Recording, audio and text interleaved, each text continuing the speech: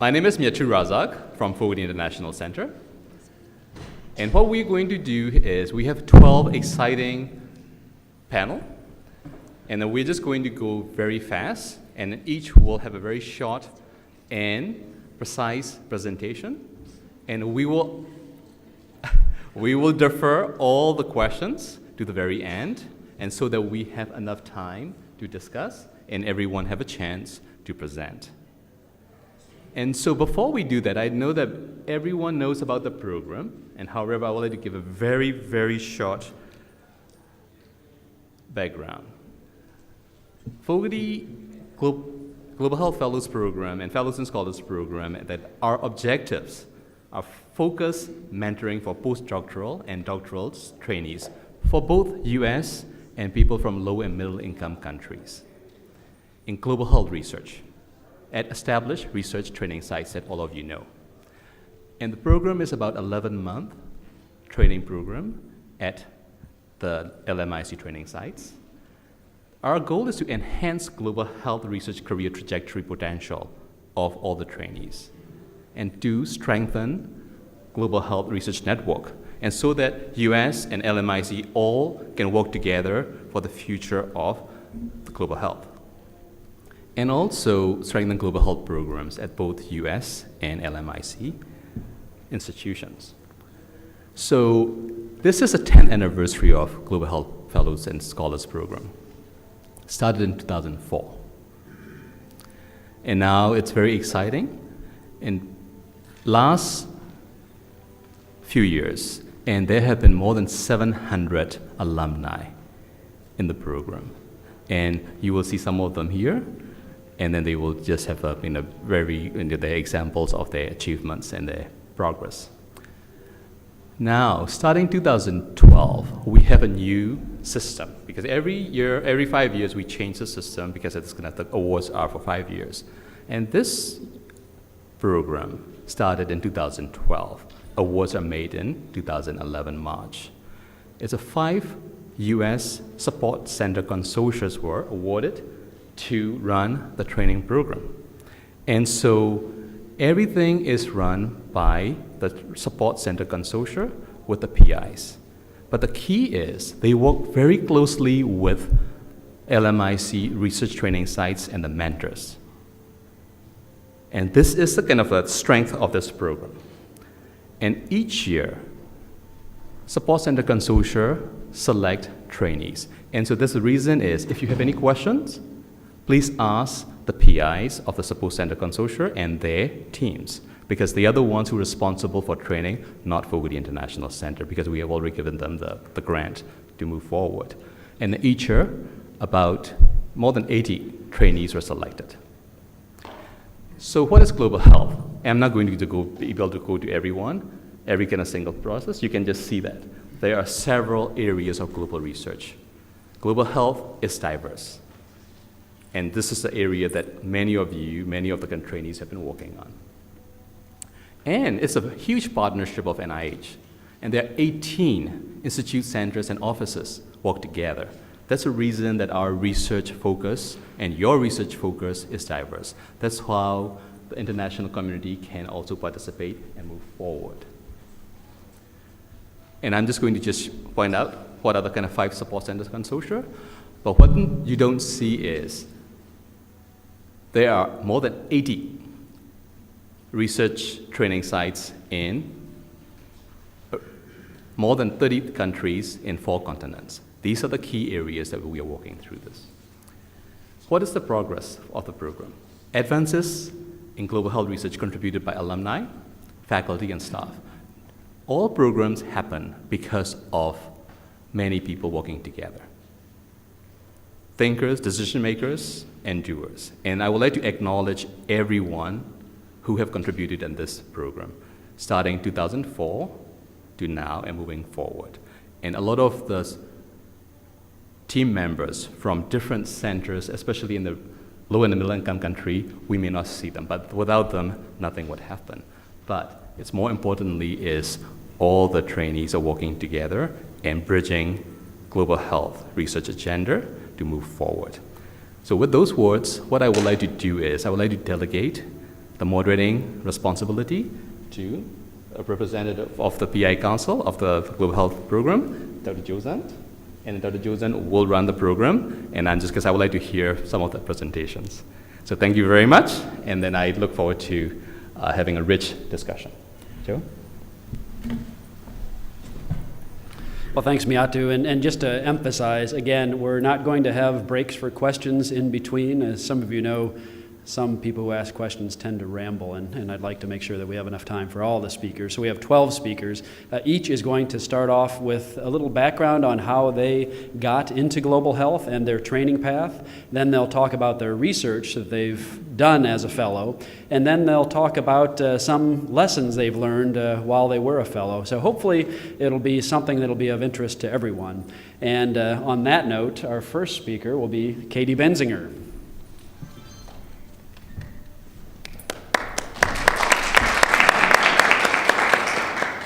So thank you. I'm Katie Pastorius Benziger. I'm a third-year internal medicine resident at the University of Washington. I was a Fogarty International Clinical Research Scholar in 2009 to 2010 in Lima, Peru, and I'm going to talk a little bit about my research and my experience as a scholar. So a little bit about me. I was a medical student at the University of Minnesota when I was selected to be a Fogarty Scholar. I had studied abroad in Australia, which was really quite exotic at that point, but no, hadn't really had a lot of global health experience. So this training was really critical to getting me to where I am today and opening a lot of doors for me. Subsequently, I have been in the internal medicine program at the UW, and then we'll start cardiology fellowship there as well this summer. And I plan to complete my MPH in global health at the UW as part of fellowship. My Fogarty site was through the UW and Dr. Josant here, but I worked closely with colleagues at the Universidad Peruana Cayetano Heredia, and my projects were varied, but the one I'm going to talk about today was normative values and correlates of carotid artery intima media thickness and atherosclerosis in the Andean Hispanic population based on data from the Prevención study. The picture in the bottom is the group of the Peruvian and US scholars at the pre-departure meeting in 2009. As many of you know, the non-communicable diseases have become a huge global burden, especially in low and middle income countries, and the blue boxes have sort of moved their way from 1990 on the left to higher ranking above the red boxes, which are the communicable diseases based on, this is data from Chris Murray and the Institute for Health Metrics and Evaluation. So ischemic heart disease and stroke being two of the top three leading causes of disability-adjusted life years, and that's why I wanted to study this problem. So my project, this was the first project I worked on when I was there. It was objectives were twofold. One, just establishing what the normal values of CIMT are in this population, and then assessing the correlations of different cardiovascular risk factors on high CIMT. And so first we took a subset of this Prevención study that had already been completed by the time I had arrived. And so we took a healthy subset of about 200 people out of the cohort of a few thousand, and picked kind of the 95th percentile for men and women to determine high CIMT, and then looked at the odds ratios for different risk factors, and we found that, not surprisingly, diabetes, impaired fasting glucose, age, systolic blood pressure, and LDL cholesterol were associated with increased risk of subclinical atherosclerosis. This is the first time anyone had looked at this in this population. The picture in the bottom is me at the table in our office with my Peruvian colleagues that taught me so much about epidemiology and biostatistics during that year. This work was published in the journal Atherosclerosis, and then subsequently I worked on a couple other studies with the Peru migrant data and working with some folks from Socios en Salud, and I had 4 publications come out of my Fogarty year, and I've had 3 more that I'm working on subsequently as a resident. After my Fogarty year, I started in the internal medicine program, and I was selected to be in the global health pathway, which allowed me to have 3 months to go abroad. And so I was fortunate to get a Fogarty travel grant to go back to my site and to continue this collaboration.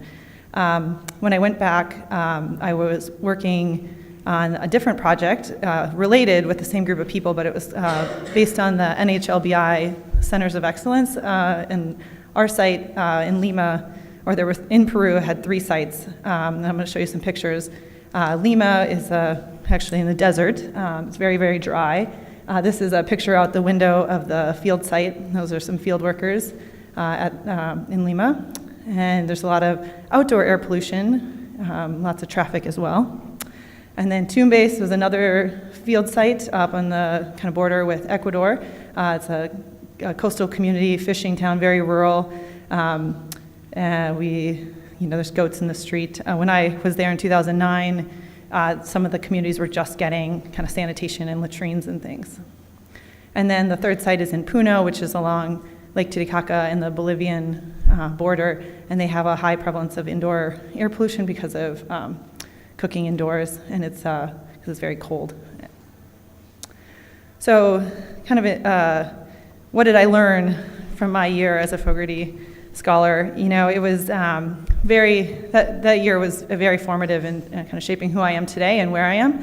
And I think not only did it give me an unbelievable fieldwork experience and work in global health, but I was also, I learned a lot about biostatistics and worked really closely with epidemiologists, learned how to do a lot of my own data coding. I also got to do some rotations in the hospitals there and see, really advanced stage diseases that I have never seen sort of since. I had a lot of experience writing manuscripts. I was very productive during that year. Also the networking, not only in Peru with the colleagues that I was working with, but the Fogarty network has really been a tremendous kind of asset for me and has continued to blossom, which is really great. And the mentorship from Dr. Joe Zunt and Jaime Miranda, I couldn't ask for better mentors. And sort of one thing I probably didn't mention, but I probably should have, was Joe took me as a scholar, despite the fact I studied French for 7 years and did not know more than how to count to 10 in Spanish. But I was able to pick it up actually pretty quickly, and that was actually one of the best skills I probably got out of my year in Peru.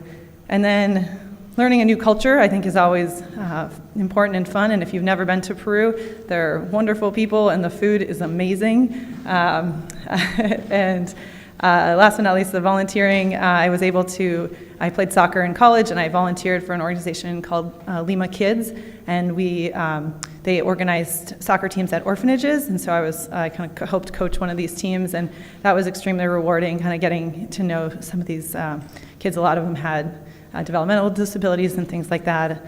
And so I think, kind of in summary, the Fogarty Scholars Program was a tremendous program. It was very unique. It was kind of one of a kind, and I think, it has really shaped my career. And I think, despite this sort of long latency to getting to the end of our careers, as I am still, looking at 3-4 more years before I'll be writing kind of grants and things, I think, you'll hear from everybody. It was no doubt that it was a tremendous impact and tremendous program, and I feel very fortunate to be a part of it.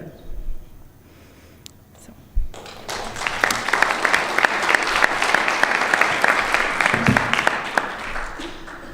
Well, thanks, and our next speaker will be Jerry Bloomfield.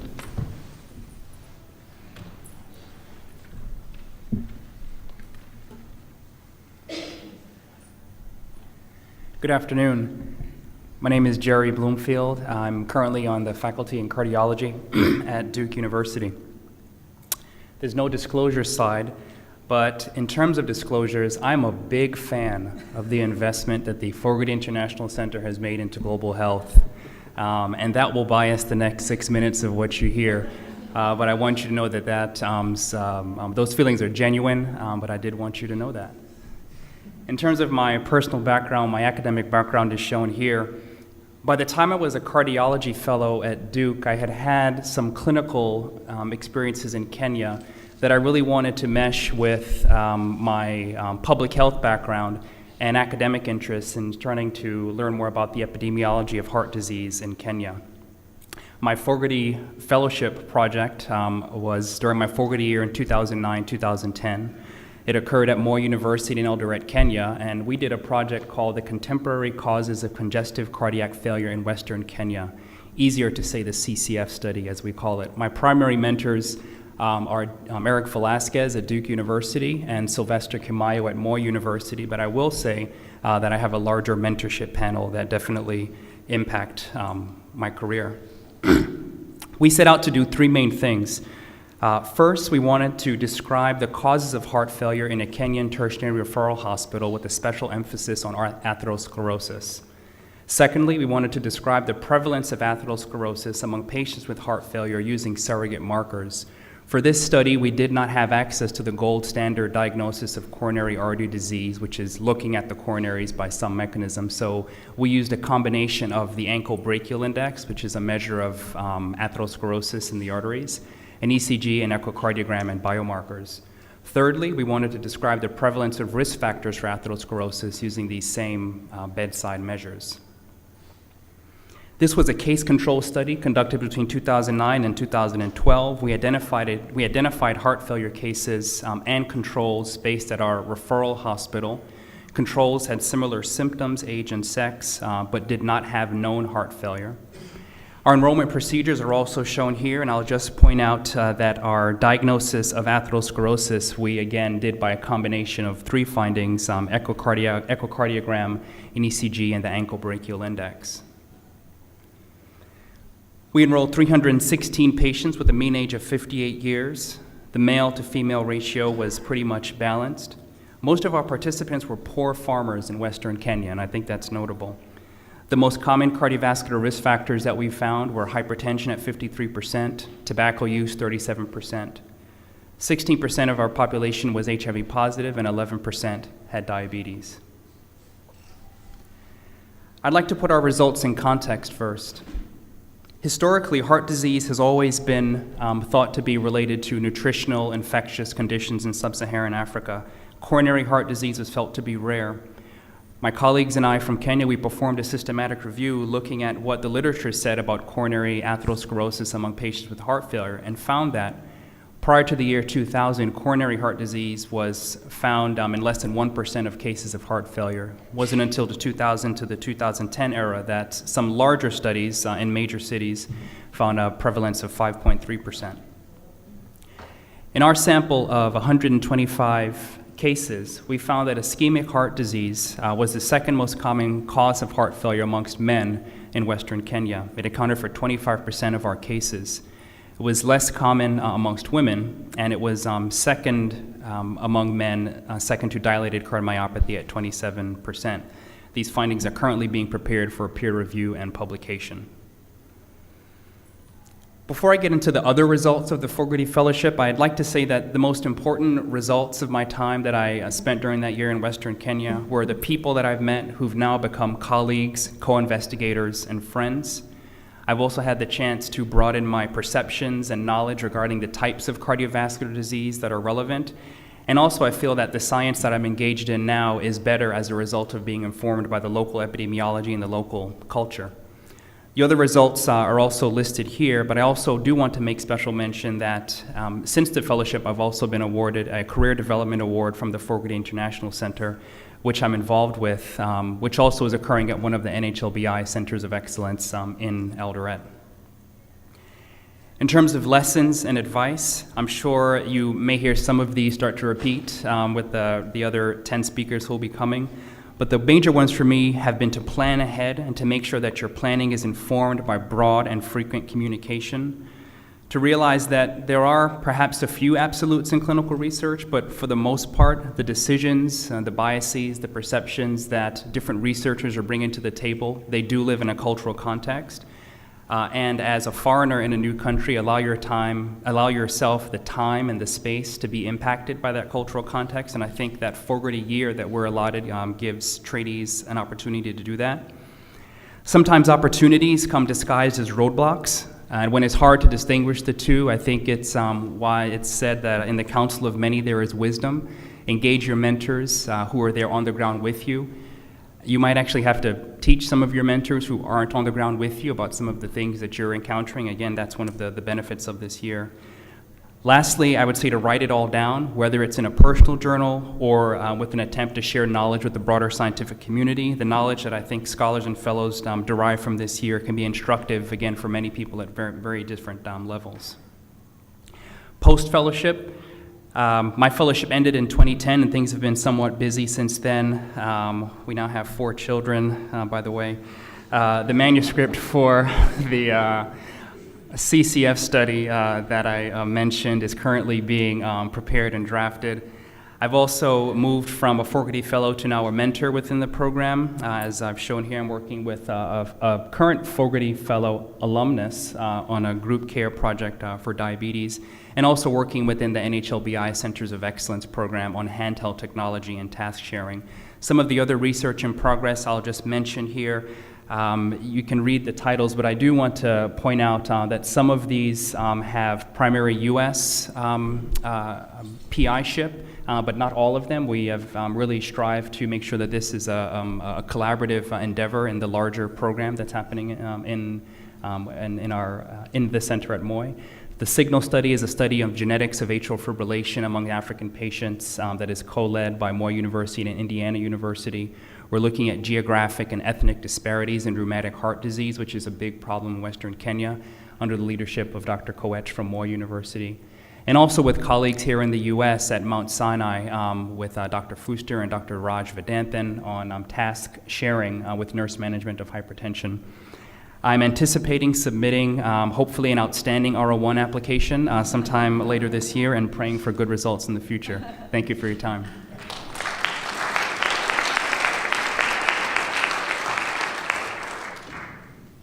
And then our next speaker is Meredith Fort.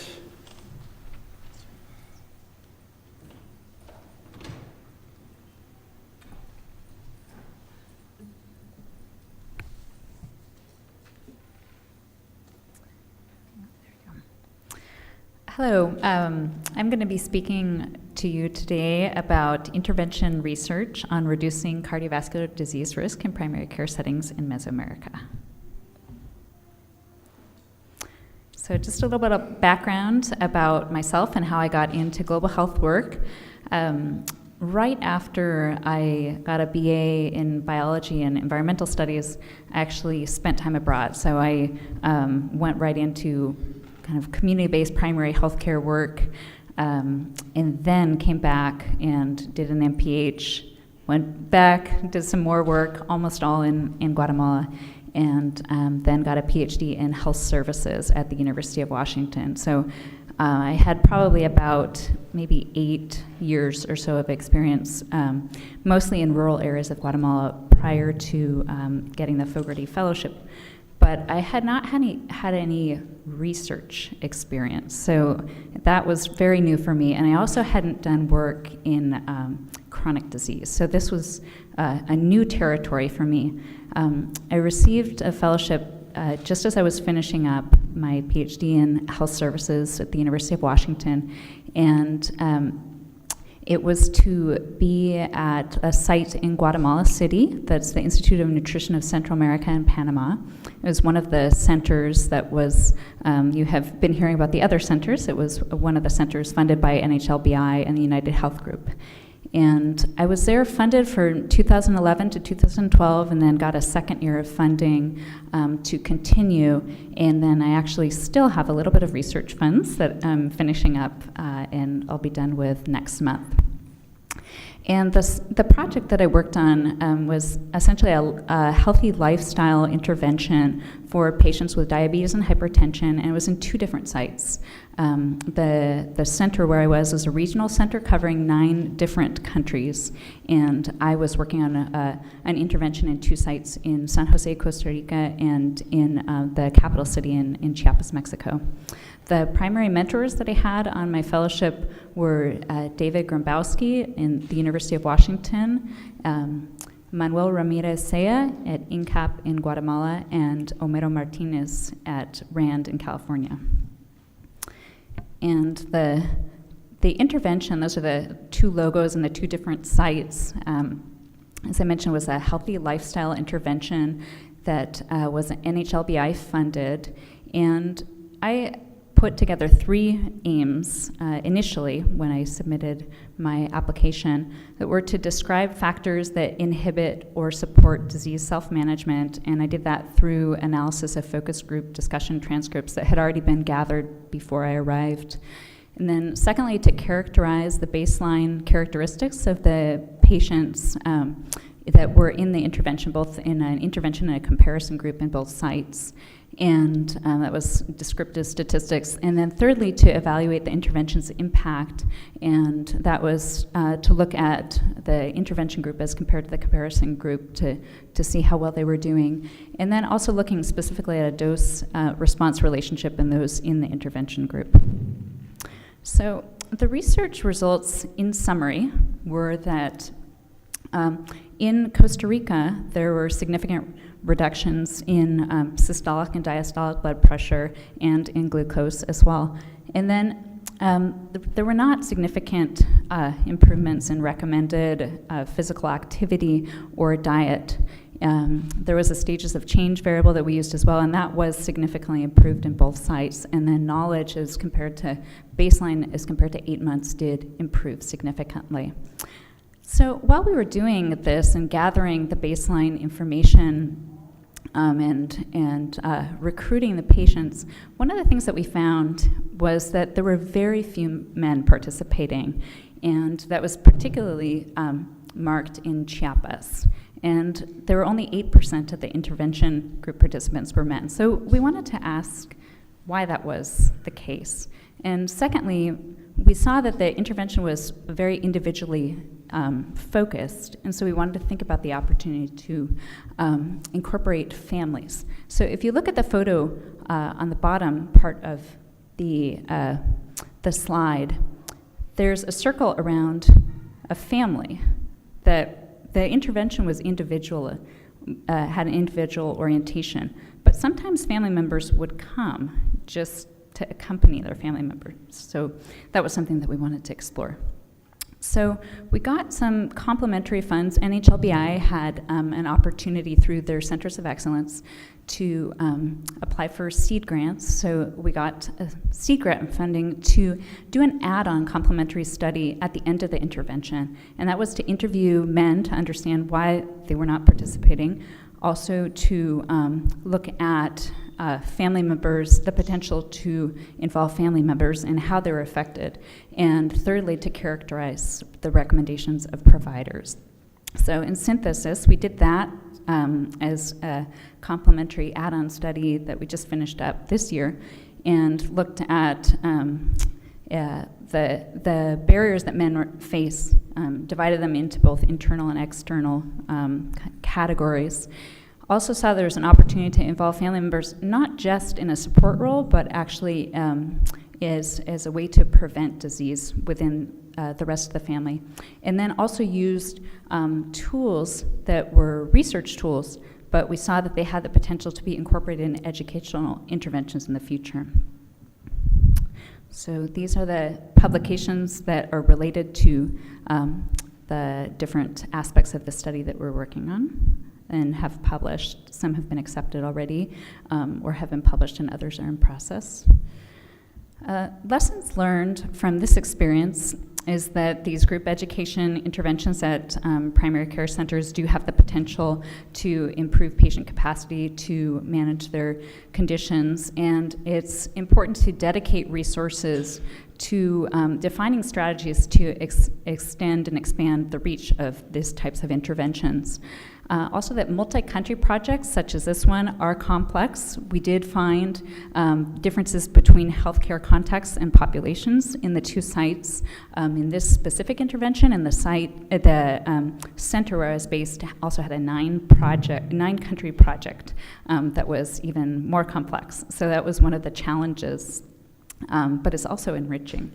And in terms of advice, the 10 to 12 months goes by very quickly, and the IRB approval and the patient recruitment often have delays. And the infrastructure support, which came along with the first year of fellowship funding that I received, was very well used in Guatemala. It was used to expand the research infrastructure in the site.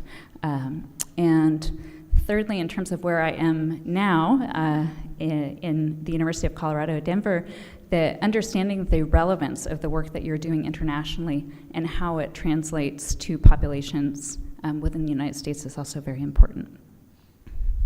So I am a clinical instructor in the Department of Family Medicine at the University of Colorado, Denver. I've maintained an affiliate researcher role at INCAP, the site in Guatemala, and it was through that I carried out the seed grant, and also we're conducting a writing workshop to finish up the remaining manuscripts. We'll be doing that next month, and we have submitted a diabetes proposal that's under review. And I've done some post-fellowship teaching that has been very informed by my experience. And did an introduction to global health course, and am going to be teaching comparative health systems next year. So, thank you.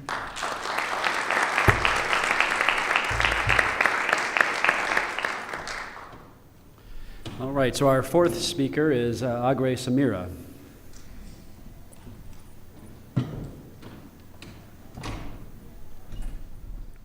Hello, good afternoon. So, Aggrey Semeere are my names. A research fellow and physician at the Infectious Disease Institute in part of the Makarere College of Health Sciences, Makarere University. But I'm also a visiting scholar at UCSF. So, my story starts as a Bachelor of Medicine and Surgery graduate from Makarere, but fast forward, between 2007 and 2010, I graduated with a master's in internal medicine, and at the end of that program, I met a lady who is in this room, and she introduced me to Fogarty. First, as a scholar, I won't mention her name, she knows her name. First, as a Fogarty scholar for 1 year, my interest was understanding and trying to document chronic care amongst patients who are on ART, because, as you know, over 10 million people in Africa, in sub-Saharan Africa on ART, and in Uganda, over 1 million now. And my particular interest was cancer and cardiovascular disease, hence the topic for today. So, between 2011 and 2013, I was privileged to have advanced training in clinical research at UCSF. Sort of this primed me for better research skills, and actually, this time the training was focused on cancer. My initial work was aging and cardiovascular disease. So I've continued on between 2013 and 2014 as a Fogarty scholar, and fellow this time. Are you getting all these words? Sometimes it gets confusing, but just know the first word is Fogarty. So as a Fogarty fellow, I've been working both now on cardiovascular disease and on cancer, sort of leveraging the opportunities I've had to advance a research career that that is dear to me and to the patients in Africa. So, of course, you can see that the project I put there is a cancer project, but I'm also working on cardiovascular disease. I'll explain later. So, on the specific cardiovascular disease project, I focused on hypertension, which all of you in this room agree is one of the major risk factors for heart disease and cerebrovascular and cardiovascular disease. And we wanted to just document how many people come in to start ART with, hypertension, how many develop hypertension, and what's the rate of, occurrence of this, that's the incidence as they're on ART. But again, what are the risk factors for those who get incident hypertension, because these are the patients in care? And so quickly, we studied close to 9,800 individuals at the IDI, and we followed them up to 4 years, and that's the person time. Critically, 8.5% had hypertension at ART initiation. Remember, these guys start ART when they are pretty sick. But the national prevalence is actually a little much higher. It's from about 15 to 28%. So 8% is on the lower end because these are pretty much sick individuals. But The rate is 19.1 per 100,000 person years. Maybe this is more revealing because you can see that within the first year of initiating ART, we have an incidence rate of 13.1%. But by year 3, this is 10.3. By year 6, it's coming to 14%. So this cumulative incidence was calculated using competing risk framework, and death was considered a competing risk. Of course, males are higher, but please look at the bottom, the last line there, stavudine. Patients who started on stavudine, for some reason, had a higher incidence. And it was stopped, by the way. But the people who did start, I actually tried to adjust for CD4 and WHO status, sort of thinking maybe these guys were sick and there's some inflammatory process there that makes them more, but still it didn't go away. So the risk factors for prevalent hypertension are not so different: male gender, age, higher BMI, but also risk factors for incident hypertension. As we can see on that list, sorry, there's a bit of a smudge down there. But key again is stavudine, which is also sort of still high up on that list. This work is actually being prepared as a manuscript for publication, but I think there are some lessons I want to share with you. I don't know whether I have advice, but let's see how it goes. Sort of trying to juggle many projects. I've had the opportunity of working with very good mentors and trying to make sure I do everything right because I really value their input. So sometimes it helps me to, I've literally had to learn how to prioritize a project at a time and sort of get things, downstream. Then matching opportunity with personal ambitions. I came into this whole thing thinking mostly I'll do cardiovascular disease, not thinking so much about cancer. But when the opportunity came to train in clinical research, it had cancer on it. I said, what the heck? This is almost similar stuff I'm doing. And, and sometimes that's what it takes. Your career path may not have, this dotted line along which you're going to follow, picking up all the dots as you go along. But you look at the opportunities laid out before you and see how that matches your ambition. Now, the importance of mentorship can't be underscored, especially when you come from sub-Saharan Africa. We have very good people, but there are few of them. And some of them are so busy, looking after so many of us and having very little time to mentor. And that, for me, is something I'm trying to see if I can also, pitch in my contribution. So there's something called teamwork. I started off most of my work as an individual, sort of pushing it like a wheelbarrow. You can't push a wheelbarrow 2 people. It's always one person. So you get me to it. It's always rare. You just have to do it. So I pushed most of my work until I realized that it's always useful to work as a team. And that, I think, is something I'm learning along the way. Of course, writing manuscripts and grants, and of course, leadership.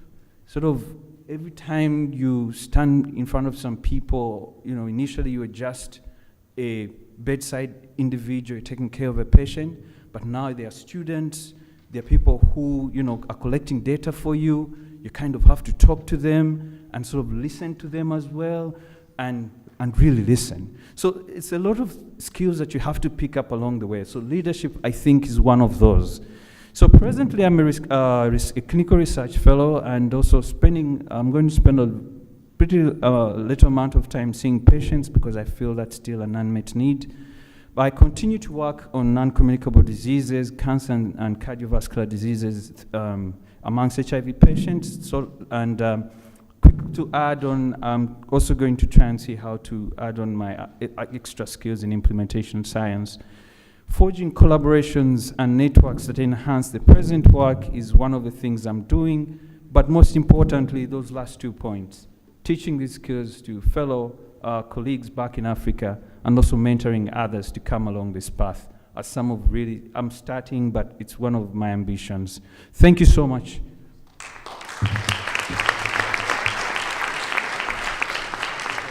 All right, so we're going to switch panel members now. So Evelyn, Nauzley, Maricianah, and Rajitha, if you could come up. And I think you can come up here. So while they're coming up, I just wanted to say a word of thanks to a couple people. Michelle Berry, thanks for kind of allowing CUGH to host this panel, and Nicole Hobbs for taking all of the presentations and putting them into one, and then of course all of the multiple PIs and program managers from each of the 5 consortia who reached out to their fellows and asked for abstracts so that we have 12 really bright people to talk today. So the next person is Nazli Abedini. Thank you. Good afternoon. It's really a privilege to be here to tell you a little bit about the work that I did as a Fogarty scholar last year in Kumasi, Ghana, looking at neonatal jaundice. Now, in terms of disclosures, I believe someone took some liberties with my slides and put an MD after my name. I actually will not be graduating from medical school until next week, but thank you for that. I appreciate it. All right, so a little bit about me. So I actually did my fellowship at the beginning of my 4th year of medical school. I go to the University of Michigan, or I did go to the University of Michigan Medical School, and I actually had very little international experience. My background was actually more in domestic underserved work, and I also had a background in education, so this was really a prolific excursion for me to spend 11 months working abroad. I've since matched in internal medicine at the University of Washington. I'll be starting there next month. In terms of my fellowship site, so I was at Htoo Government Hospital, which is a secondary level hospital in Kumasi, Ghana. And pictured there is one of my primary mentors, Pamela Marti, who's a pediatrician at Htoo Government Hospital. And she actually conceptualized this project as a Fogarty-funded fellow at the University of Michigan. The thing that motivated that was a recognition that neonatal jaundice is actually a major cause of morbidity and mortality in the developing world, particularly in Africa, but it's actually an area that hasn't been explored much. We decided to embark on this study where we were looking at both establishing the burden of neonatal jaundice as well as understanding some of the risk factors in this community. Now, I had a number of wonderful people who were supporting me, Doctors Pamela Marti and Ashura Bukhari at Htoo Government Hospital in Ghana, as well as Doctors Cheryl Moyer and Joe Kolars at the University of Michigan, and Dr. Tina Slusher at the University of Minnesota. So in terms of the aims of our study, I first wanted to establish the prevalence rate, as I said. So we did a retrospective chart review on about 16 months of admissions at the hospital. We also wanted to assess the biological and sociocultural risk factors for neonatal jaundice, and we did this using 2 questionnaires that I designed and implemented a prospective study over 5 months while I was there. And the last thing that we did was to define maternal knowledge related to neonatal jaundice in terms of etiologies and signs and symptoms. And I did this by doing a qualitative study with a select group of mothers whose babies were on admission at the hospital. And I don't have time to go through all of our results, but in terms of the retrospective findings, we found that neonatal jaundice was the 2nd most prevalent diagnosis of the babies on admission, and this affected about 30% of the babies who were there. Something to note was that we didn't really have an objective means of determining the severity of neonatal jaundice, and so the majority of these babies were actually treated empirically with phototherapy.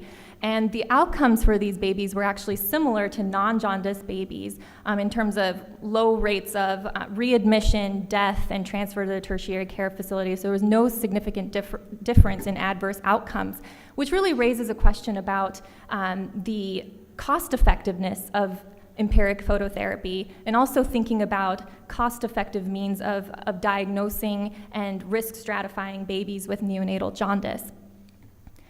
In our prospective study, there were a number of interesting findings, some of which included the fact that 1 in 4 mothers actually presented late to the hospital. They waited greater than 24 hours to seek medical care after noticing symptoms in their babies. And 3 in 4 of the mothers were actually uninformed or misinformed about neonatal jaundice. And when we looked further at this, 60% of the mothers actually had no idea why their baby was on admission in the first place. And so given this low health literacy in general, our qualitative study can be very difficult to ask a mother, what do you know about jaundice, when the answer is, I don't know anything. So how do you have a 40-minute conversation with someone about that? So we really expanded our questionnaire, had to revise it. And so this qualitative study confirmed low health literacy, both with regards to neonatal jaundice as well as other infant illness in general. And in speaking with them, a number of mothers cited some impediments to care and health literacy, which included mistreatment at the hands of providers and also a lack of communication between providers and the mothers on the wards. And in thinking about this and putting it all together, for me, this really indicated that this is not just about neonatal jaundice. And when we put this in the context of neonatal morbidity and mortality and the fact that there's been very few reductions, very few gains in that area in the last 10 years, and we should really be thinking about what these non-biological factors, what role they play in mitigating those problems. So in terms of products from the research that we've done, so I've been back for about 10 months now, and since then we've presented our results at 2 different international conferences. I anticipate having greater than 3 manuscripts from the work that we've done. And we have ongoing collaborations with folks on the ground in Ghana. And pictured there is Dr. Bukhari, who will actually be coming to the University of Michigan doing a Fogarty-funded research fellowship as well to continue her research training. So in terms of lessons learned and advice, just to reiterate and echo some of the things that my colleagues have said, I definitely have a much better understanding of a number of tacit research skills, including quantitative and qualitative methodologies and data analysis that came with this fellowship. But I think for me, the biggest lesson that I learned was with regards to expectation management. And I had it drilled in my head that you should always manage the expectations of others, talk about people's roles on the team, and really be explicit about those things up front. But what I really learned was about managing my own expectations. Because in embarking on this, I had these sort of elephant-sized dreams and goals, and I found that the reality was actually not in keeping with that, and that I had to actually often be very flexible. And I have a number of anecdotes which I'm happy to share with you after this session to demonstrate this. And then in terms of other pieces of advice, it's definitely to diversify your mentorship team. So as you saw, I had a number of primary mentors and a number of other people supporting me. And I found that, not to slight my mentors, but not any single person had all of the answers. And so in pooling the collective expertise of a number of people at a number of different institutions, I found that I was able to get most of my questions answered. I still have a number of questions. And the last thing is to take time to reflect. And I think that a lot of times we are driven by this notion that the only way to measure our success is by having products, presentations, and manuscripts. But I will say that the moments that were most meaningful and contributed most to my growth were actually these periods of relative unproductivity, where I really sat back and thought about, what am I doing? How is it impacting the people around me? And how will it guide what I do in the future? So in keeping with that and thinking about what I've been doing post-fellowship, so I mentioned that I came back, I finished my 4th year of medical school, I applied to residency, and really had to get my story straight as to what it is that I'm doing and what I'm passionate about in order to go on all those interviews. And I mentioned my background in education. And so I really think that where I will make an impact in the future is actually at the intersection point of education and global health. So probably with regards to human capacity building, I see myself really fitting in there. And the reason I say that, pictured there are actually all of the staff members at the MBU where I worked. And the question that keeps me up at night is the fact that these folks are the ones who are going to be taking care of these patients and making a difference. So how can I support them through training and education and healthy partnerships? And the other thing that keeps me up at night is the fact that I recently learned that in the 10 months since I've gone, half of the people in that picture are no longer working at the MBU, which really gets to the point of, in terms of turnover of healthcare providers, and sort of serves as more fuel for the fire in terms of dedicating my work to deal with the healthcare worker crisis in Africa and elsewhere. And none of this would have been possible had I not embarked on this wonderful opportunity. And so I'm incredibly grateful to the Fogarty International Center, as well as all the people listed here, as well as many more who unfortunately didn't fit on the slide. And thank you very much for your time.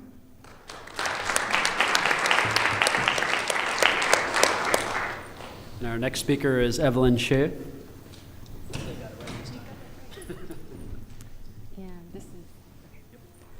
Good afternoon, everyone, and thanks so much to the session organizers for inviting me to speak today. My name is Evelyn Shea, and I'm a rheumatology fellow from Yale, and I'm speaking about osteoporosis among women with breast cancer in China. So I have a disclosure, too. I was actually a Fogarty fellow back in 2004 in Peru, but I've been asked this time to come speak about my more recent Fogarty experience as I was a scholar the first time, but this time as a fellow in China this past year. So my academic training is listed here, and I won't go through all of it, but as I mentioned, I am a rheumatology fellow now, and I'm also concurrently a PhD candidate in investigative medicine with a focus on epidemiology and global health. And my fellowship was through the UJMT Consortium at the Cancer Institute and Hospital of the Chinese Academy of Medical Sciences in Beijing. My project is entitled Risk and Prevalence of Vertebral Fracture Among Breast Cancer Survivors in China. And my mentors are pictured here, Dr. Yolin Chow from the Cancer Institute in Beijing and Dr. Jennifer Smith from UNC. And up top in the corner, you can see all the fellows and our co-fellows who were in Beijing last year with our mentors. So a little bit of background, because this may be new information. Osteoporosis causes 9 million fractures each year, and these fractures lead to significant morbidity and mortality worldwide. Women with breast cancer are especially high risk for fracture, and this is because therapies for breast cancer lead to deficiencies in estrogen signaling. So this figure below from a study in 2011 shows different physiologic states in which bone loss occurs, and at the top is, it's going by itself. At the top is rates of 0.5% with normal aging, and that can be seen in men. During the menopausal transition, women lose up to 2% of bone per year in the first 5 years, and later about 0.1%. In the case of breast cancer patients who undergo therapies that interfere with estrogen, aromatase inhibitors, for instance, can lead to 2.6% of loss per year.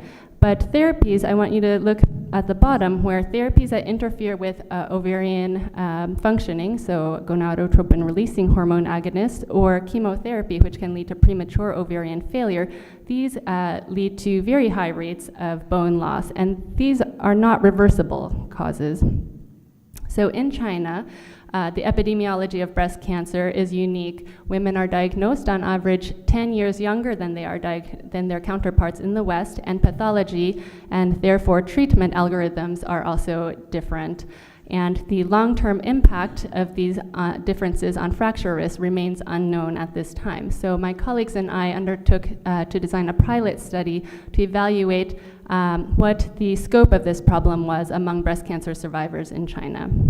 And our specific aims include measuring prevalence of vertebral fractures among breast cancer survivors at CCAMs using thoracolumbar X-ray compared with published data from healthy Chinese women, to identify and measure risk factors for fracture in this group using a questionnaire and serologic testing, and to measure knowledge and health beliefs regarding osteoporosis among this cohort. And I just want to point out here that the endpoints we used, including fracture and serologic biomarkers, are not by accident. So access to DEXA, which is the gold standard for bone mineral density testing around the world, really is not easily accessible in many places in China. Even in this Cancer Institute, which is probably one of the state-of-the-art centers in Beijing, DEXA machine was not available. So this gives you an idea of the scope of what we're dealing with. So this was a hospital-based cross-sectional study approved by the IRBs at both CCAMs and at Yale, and our goal is to enroll 200 women who are receiving care there. And you can see what the eligibility criteria are here. Sorry, it keeps going forward on its own. And at the bottom is the schematic for our recruitment procedure. So women were recruited in clinic and referred if they met eligibility criteria, and our study assistant recruited them and obtained informed consent and led them through the study procedures. Radiologic assessment was performed by 2 radiologists who were trained for this purpose, and any women with fractures were referred for further management, and the lab samples were stored at -80 for batch testing later on. I just wanted to show you what our visual grading system for fractures was. At the top left corner, you'll see what is a normal vertebral body. And this is a very well-validated system for diagnosing vertebral fractures. So you can see there are different grades. The top panel of 3, the top panel here represents grade 1 or mild vertebral fractures, the second grade 2 or moderate vertebral fractures, and the third are severe fractures. So we have only enrolled 100 patients to date, so I'll go over some of our preliminary results. On average, our cohort was 57 years in age, and the BMI was 26.6. They had been diagnosed about 6 years ago. The vast majority were diagnosed at early stage and were estrogen or progesterone receptor positive by pathology. And in terms of the fracture rates, 12 women in our study had at least 1 vertebral fracture, but of note, 6 women out of those 12 had more than 1 fracture. So we had a total of 34 fractures in this group of 100 women, and the range of the number of fractures was from 1 to 10. And 17 of those were grade 1, and those were found among 9 women. 13 fractures among 5 women were grade 2, and 4 fractures among 2 women were grade 3. So I don't have time to go into all the details about risk factors, and again, the final analysis is coming down the road when the study is completed. But in addition to breast cancer-related risk factors, such as menopausal status at the time of diagnosis, as well as treatment regimen, it's important to really consider traditional risk factors too, and I've listed them here. Again, it's too many to go into detail with our short time, but I'd be happy to discuss any of this at a later stage. And again, we have also measured serum biomarkers, which we haven't had a chance to analyze yet. Those will be done batch at the end. And we've also looked at knowledge and health beliefs using validated questionnaires that really get at the crux of what women believe and know about osteoporosis, as well as what may be the most appropriate ways to address problems with osteoporosis in any population, and especially in our population. So in conclusion, fracture prevalence in our cohort was 12%, which is higher than rates reported among healthy Chinese women in Beijing from the same age group. And a study from 2008 found that rate to be just under 5%. So Chinese women undergoing breast cancer therapy should certainly be evaluated for osteoporotic fracture risk, just as they are in other countries. But because of those epidemiologic and pathologic differences that I noted earlier, it's really necessary to do further studies to identify which subgroups are particularly high risk and therefore inform screening and prevention guidelines. And so Dr. Chow and I have discussed what the next steps will be after we finish this pilot study. He has a very large multi-center infrastructure, and we're hoping to move forward based on our findings. So I have a few lesson learned and advice, and I think a lot of what my colleague says ring true. Certainly start planning early. Whatever you can do before you get to your research site will help you start running when you get to your site. But certainly know that your research environment will dictate a lot of what you do in the end, because you need your study to be relevant and meaningful to your colleagues and to your study population, but also feasible. Seek the advice of your mentors and colleagues. This has been stressed in many of the presentations preceding mine. Mentorship is absolutely critical, and one of the reasons why I've kept coming back to the Fogarty programs is because mentorship is really a cornerstone of the programs, and to be able to learn how to do good research and then to be able to learn how to develop as a researcher. You can't do this on your own. You really need fantastic mentors who have been there and who have good advice to offer. Communication is absolutely key, not just between you and your colleagues, but also to encourage communication between your team members as well. pay attention to detail, and play an active role in troubleshooting. So as everyone knows, the research path to the end of a study is fraught with potential pitfalls, and every moment that you invest in collecting good data will be worth its weight in gold at the end.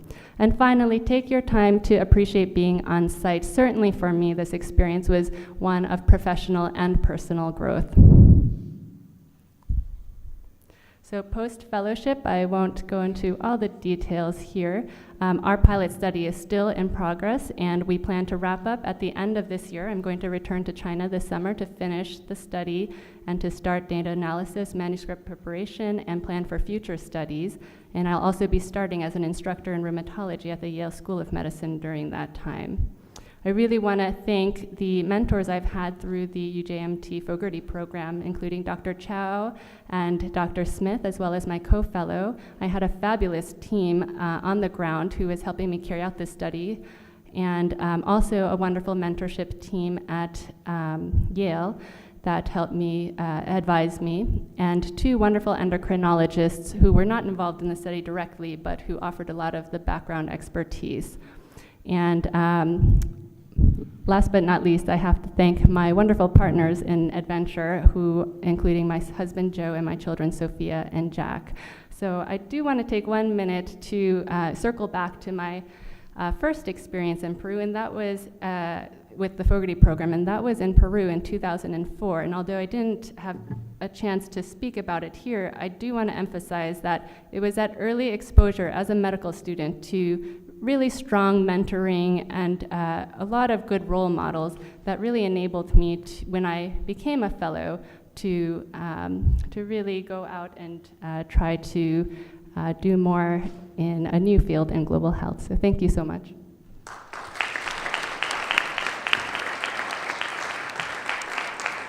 And then our next speaker will be Maricianah Onono.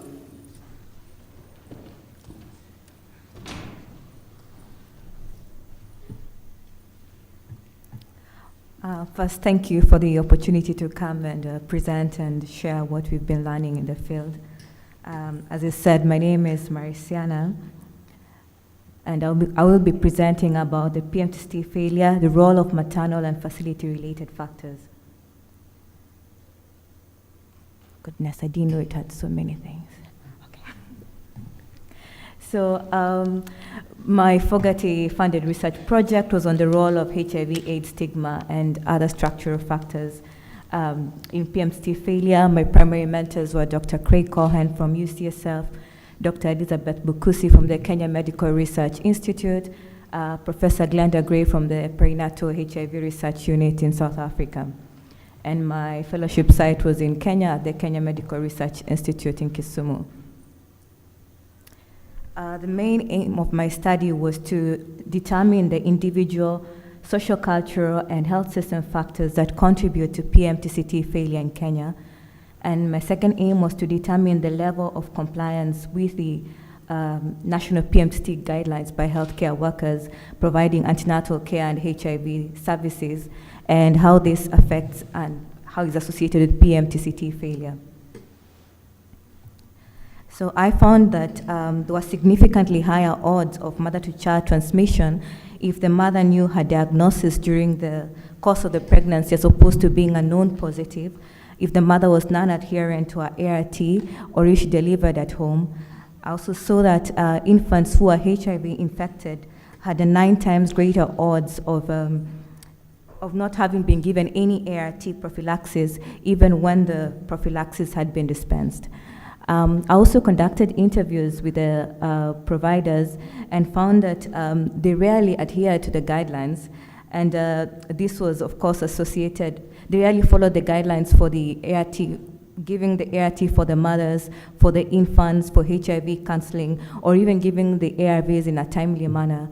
And when I did qualitative interviews with them, it was interesting because they were waiting for these women to sort of like settle into their HIV diagnosis before they could actually make any intervention.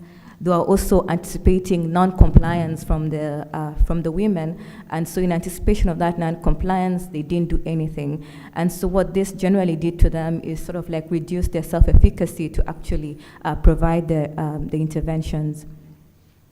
In the course of conducting this project, I think there were a number of challenges. I was really coming from a background of coordinating studies, and so this was a new role of being an investigator, and I think I struggled to straddle both sides.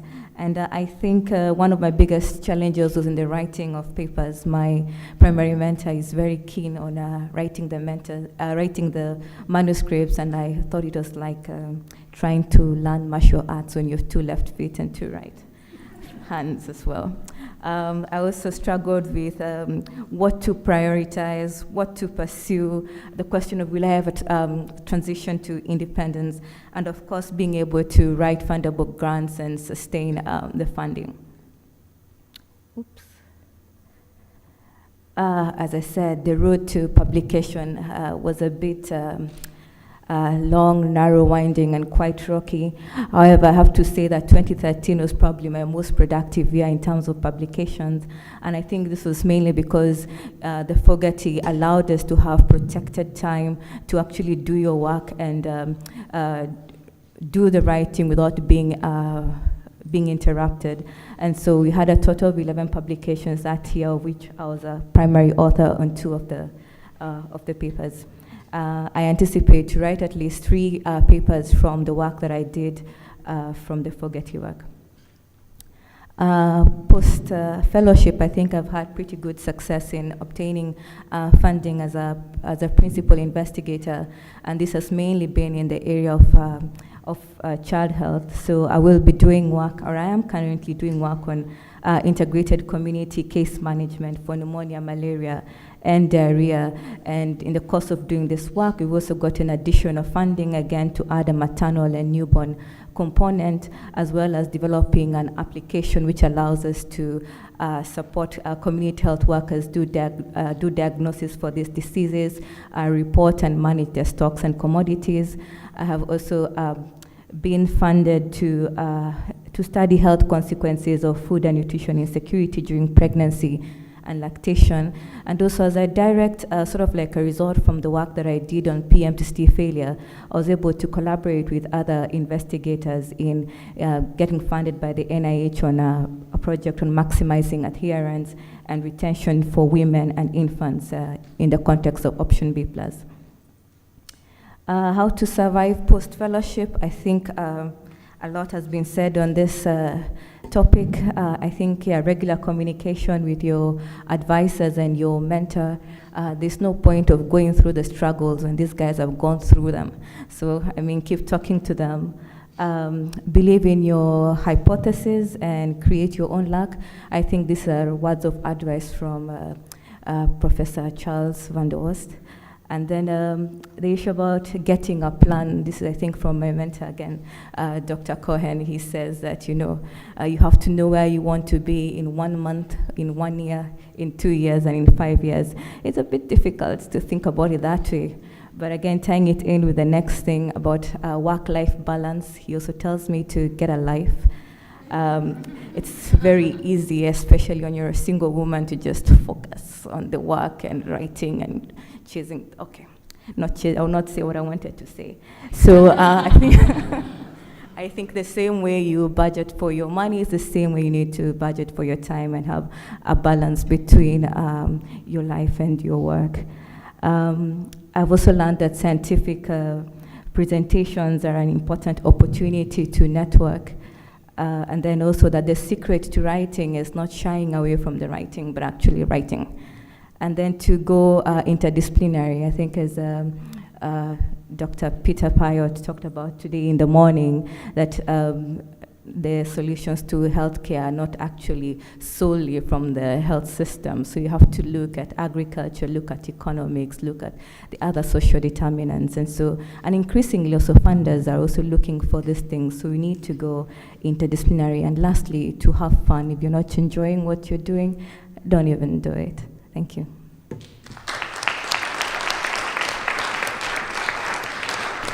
And then our 8th speaker is Rajitha Venkatesh.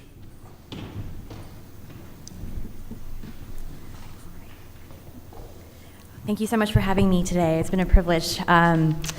So I want to start out just a little bit about sort of also the background. I actually joined the Fogarty Scholars Program as a third going to fourth year medical student at SUNY Upstate, and actually went on to pediatric residency at Yale, where I actually was able to get a travel grant to go back as a fourth year medical student and also as a third year resident. So I've actually been at the same site for an extended period of time, had enjoyed working with this specific site as well. And I'm currently working as an urgent care physician at Boston Children's, and I'll be starting as a pediatric gastroenterology fellow at Massachusetts General Hospital in a couple months. My initial site actually was YRG Care, or Wire Gatone Center for AIDS Research and Education. I'll talk a little more about what this site entailed. And my project actually sort of evolved, and the primary project I'm talking about is a pediatric HIV disclosure in a tertiary HIV/AIDS care center in South India, and mentor was Dr. Semeere, among several, at Brown University, who's now at Beth Israel.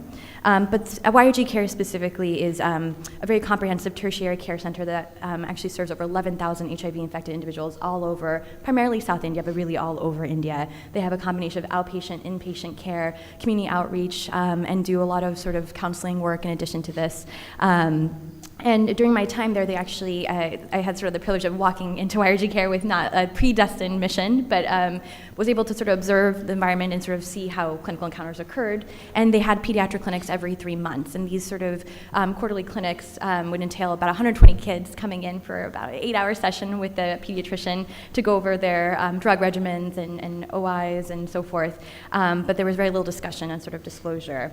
And with the introduction of ART, as we all know, HIV has now evolved into a chronic disease of childhood with additional burden of stigma and discrimination. And there's a lot of evidence to show that the disclosure process should be occurring in a controlled situation with caregivers and knowledgeable professionals, and that it's an ongoing process. And many studies have sort of that this should happen at an earlier level, age 5 onwards, school-age children.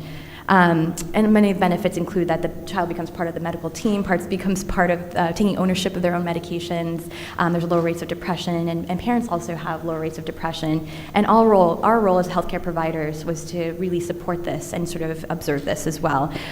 So we know the importance of HIV disclosure, but we really had limited understanding of what was going on in this pediatric cohort at this very sort of tertiary care center.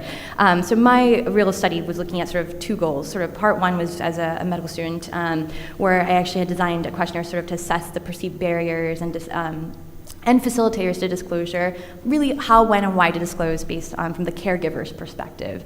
And I'll come back to part 2, but the interesting part of this was that there really was a sense of not understanding of disclosure and not wanting to disclose, but not having that discussion. In fact, there was only 4 children that were disclosed at this institution, and all 4 of them were unintentional disclosures in an unstructured environment. And meanwhile, about 85 to 90% of children had not been disclosed, and we all know children are very smart, so there was very little infrastructure at that time. So my second part of my study was to go back as a resident and to really assess sort of the barriers to disclosure from the healthcare provider's perspective. So what are we doing as healthcare providers to sort of facilitate this, and how are our own barriers and perceptions of this and biases playing into this?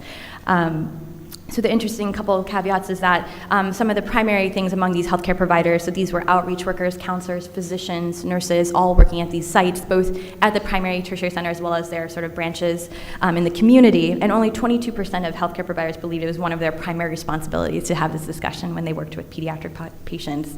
And also the other caveat that was interesting as well was that about 70% of these providers also thought that an appropriate age for disclosure would be after adolescence, which sort of confirmed what the parents were also thinking. So some of the barriers, of course, is confidentiality, age and maturity, caregiver guilt, and stigma and discrimination, sort of unique to this population. But the real facilitators were counseling, group sessions, camps, and provider support that they had requested.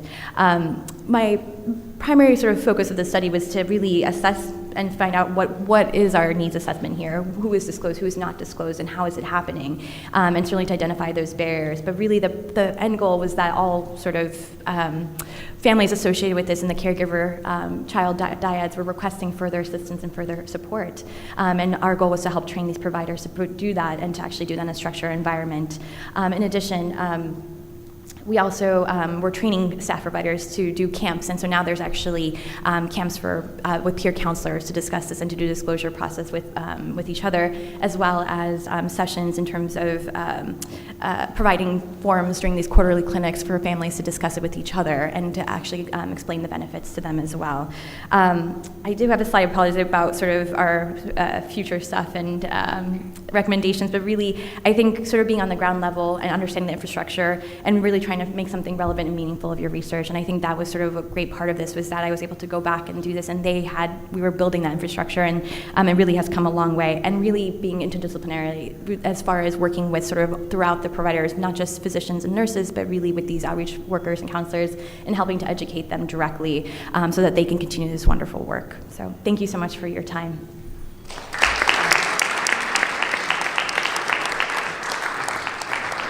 All right, and now we're moving to the fourth panel. So thanks, panel number 2. So Michelle, Hillary, Mario, and Stephen, you're up.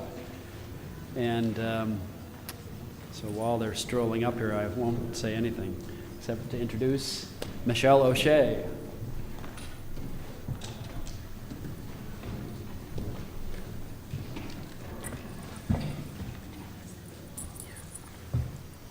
Hello, my name is Michelle O'Shea, and today I'll be talking to you about the family planning research that I have been doing in Malawi over the past 9 months, just actually finished up this week.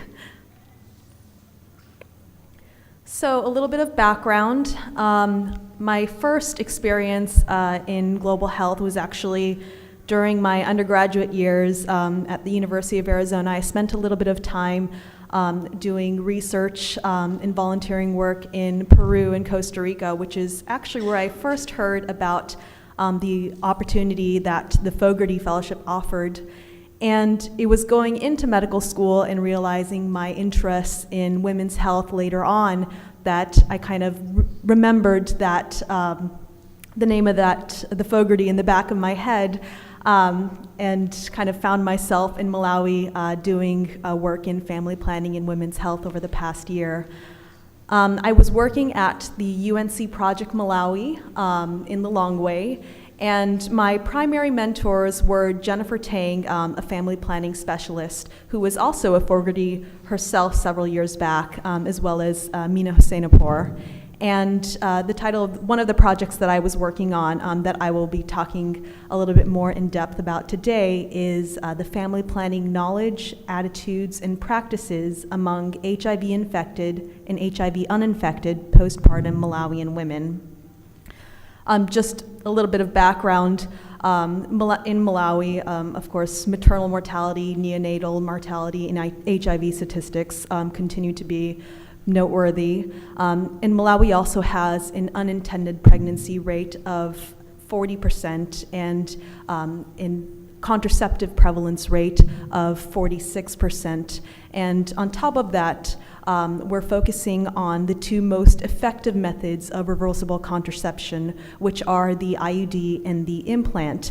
And according to the last survey in 2010, less than 3% of Malawian women of reproductive age had ever used either method.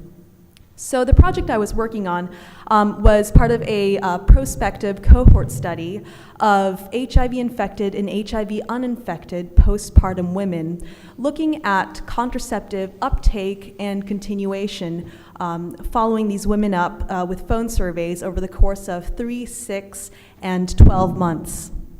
We also conducted a baseline survey with these women, trying to also get at why this rate of LARC, or use of IUD and the implant, was so low.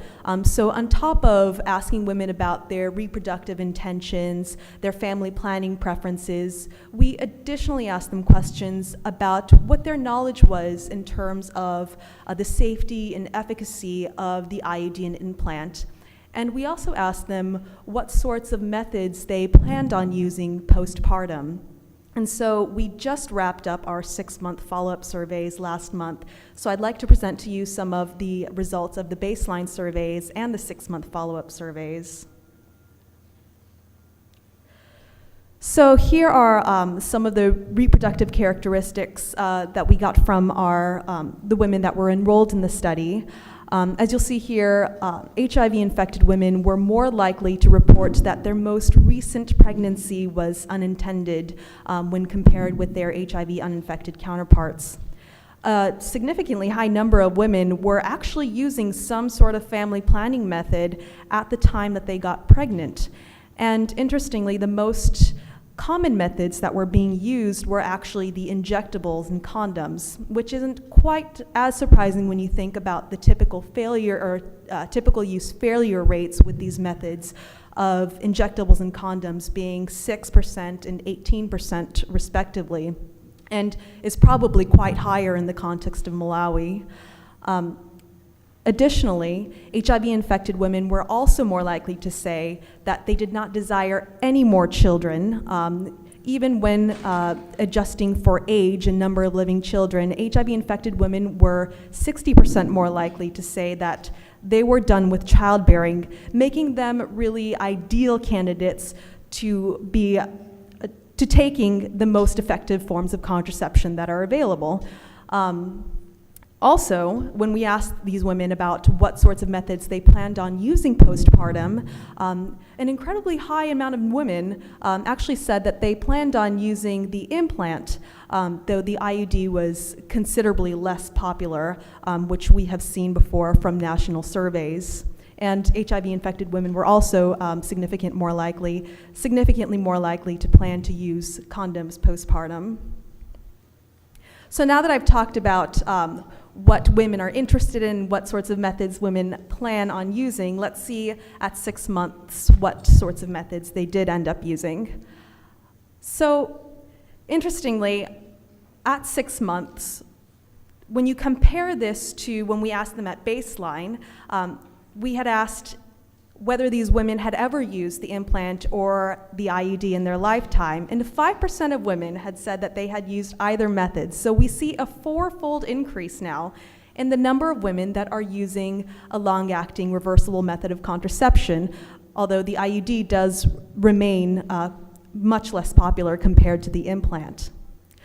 Also, I'd like to point your attention to the fact that 12% of the women who said that they did not plan on using the implant postpartum actually ended up using the implant at 6 months.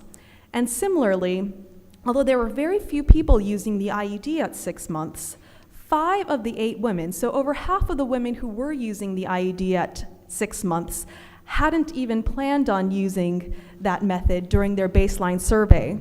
So something was happening between that baseline survey and at 6 months that clearly made the women change their mind.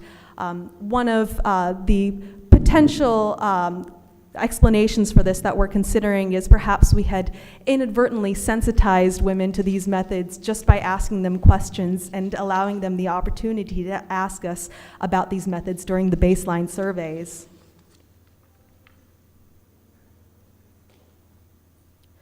So as far as lessons learned over this past year, I want to reiterate just what my colleagues have said so far, just about being patient and flexible and really learning to manage your expectations. I think the IRB submission comment has been made before. Just really plan ahead. It can often be a much longer process than anticipated for many people. And I really want to focus on these next 2 points of making it a priority to embrace the local culture and the language. I think something that was really important for me was to always keep in the back of my mind that when I was in Malawi, no one really ever invited me to go there. I kind of invited myself to do work in the country. And so I really, just to make sure that through your actions, you're really showing that you're interested in the people and not the study population. And in order to connect and communicate with people, you need to make an effort to learn how to speak their language. And in order to build relationships, you need to learn and really embrace the culture as well. And sort of going off of that, really try to engage the local research staff. these are the people that are going to remain once you eventually have to go back to where you came from, to the US, to complete medical school or go on with your career. I think one of the most rewarding parts of the time that I spent this year was just a couple of months ago when a member of the research staff that was helping me conduct some of the surveys of pregnant women on ART, another study that I was working on, he didn't have any public health or any background in medicine. He was actually studying business on the side. But he really expressed to me just how important he thought the research was and how important he felt that the data that he was collecting through his surveys was. And we really had some really good conversations, and he really had some good ideas about what our findings were showing so far. So I would really encourage you to really engage the local staff that will remain behind after you leave. So as far as post-fellowship, just like I mentioned, I just got back, so we've just submitted a couple of manuscripts from the study, the analysis that I just have shown you so far, as well as another a needs assessment I was working on of 12 different family planning clinics in the Lilongwe district. I'm also finishing up enrollment of a study of antenatal HIV-infected patients on ART at Weill Maternity Hospital, which is the busiest hospital or maternity hospital in the country. I'll also be completing my MD and PhD degree at the University of Arizona next year, and I also plan on applying for residency in obstetrics and gynecology to hopefully return to Malawi as a full-fledged clinician and researcher. Thank you.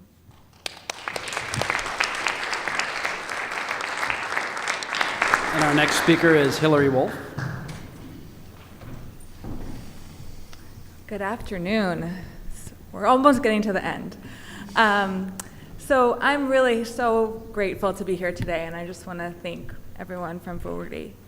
So without further ado, let's get started. So I also have a disclaimer. I actually applied for Fogerty as a medical student and did not get it. But I cold called people who were on the Fogerty website and found someone who was willing to take me as a fellow in Peru. So I was adopted as a Fogerty fellow as a medical student, and it was a fantastic experience. And then I got to come back for more. So after medical school, I did my residency at Mount Sinai, and I was able to be part of the global health track there and got to spend some time in Uganda. And then I did my adolescent medicine training at UCSF, and I was really missing global health, and was very fortuitous and met Dr. Craig Cohen, and he happened to be looking for a fellow for a reproductive infectious disease fellowship. So I got to be a joint fellow in RID and in adolescent medicine, and I got to go to Kenya and start the formative research for my project. And so that, I felt incredibly lucky that I got to sort of go ahead of time and really get the lay of the land, so that when I went for my Fogerty fellowship, I got to hit the ground off running, which I was very lucky. So I picture there are my mentors. Could not do any of this without them, and so it was really great multidisciplinary team of skilled mentors. And so Craig got to sort of be at UCSF and FACES. It was the bind, and then there was Dr. Halpern-Felscher and Dr. Auerswald, who were at UCSF, and Dr. Bakusi and Dr. Agat, who are in Kenya, who are my in-country mentors. So really just a wonderful team of mentors. So, move on here. So these are the two study sites through FACES that I worked at. Tugani Youth Center is a clinic that provides HIV services to youth in Kisumu, and FACES Lumumba is another clinic that provides family-centered care to youth as well. And so the HIV prevalence in Kenya is 15.1%, since that was in the CUGH in 2012. And this is more than twice the overall rate in all of Kenya. And so this kind of work is incredibly needed in Kisumu. Youth bear a huge burden of the epidemic, and they represent 40% of all new HIV infections in the world, 80% of which are in sub-Saharan Africa. They have lower rates of retention and adherence compared to any other group of patients, and there's really a dearth of information and research in the literature regarding why they are lost to follow-up from care and why they don't adhere. So my specific aim was to determine the reasons for loss to follow-up from HIV care clinics among HIV-positive youth in Kisumu. And we did this by employing qualitative methods, sort of an exploratory study. We didn't have any sort of baseline information, so we just wanted to do a hypothesis generating study. And so we did this in 3 stages. We did focus groups with community health workers who work with HIV-positive youth in the 2 clinics. And then we did individual interviews with 30 participants who had been lost to follow-up from the clinics. And we defined loss to follow-up as no contact with the clinic for 4 months. And we basically tracked these participants in the community. Our community health workers did so, and then we were able to interview them. And the majority of them were willing to come back to the clinic to be interviewed, but they had the option to be interviewed anywhere they wanted. And then lastly, from our formative work, we found that schools seem to be a barrier for youth being able to return to care. So we interviewed 10 school educators from the various schools where the loss to follow participants had attended in terms of their views on what the issues were, and that was quite fascinating as well. So we analyzed our results using grounded theory, and here's our model. So HIV-related stigma was the overarching theme that led to loss to follow-up among HIV-positive youth. Participants feared disclosing their HIV status due to stigma, which in turn contributed to loss to follow-up. Fiduciary relationships between youth and the key adult figures in their lives were also influenced by stigma and lack of disclosure. These processes occurred in 3 different settings, including the home, the school, and the clinic, and these 3 settings were not mutually exclusive. All of the factors were related to each other and were imperative for youth to be successful in following up in clinic. So this is the title of the manuscript that's currently in review. It's one of the quotes that one of the participants gave, and you can see sort of the rest. But some of the other sort of great outcomes from this work was that I was the only adolescent medicine physician in Kenya at the time, I believe. And so I got to really help the clinics work towards creating a more adolescent-friendly environment, and we created youth clinics, and I still continue to work with FACES in regards to that. So that's been really great. So in terms of lessons learned, well, I guess this is more lessons learned from my study. So interventions and education are needed to reduce HIV-related stigma and increase safe disclosure. We need to provide improved training for parents, clinicians, educators, and we need to really understand what's going on in this population. So in my personal lessons learned is that because I was doing qualitative work, I was so immersed in the population there that I don't think I would have really been able to create this web and really understand what was going on if I hadn't been living there for the year. And so I know everyone always says, well, you have to be in country, and there's this argument, well, I can't spend that much time in country, but I'm really so grateful for the time that I got to spend there. And besides just my research, it really changed my perspective on life in general, and I think it's made me a better person for it, so I'm really thankful for that. In terms of just advice, everyone's heard the IRB spiel. And even if you don't know you have funding, I was really lucky because I had gotten to go a year prior to do formative work, so I had already submitted my IRB, but it still took me like 8 months to get IRB approval. Another thing, I think sometimes when you're in country and you have your head down and you're working, you can sometimes think that you're in a vacuum, but you're not. And so always remember to reach out to your peers and your mentors.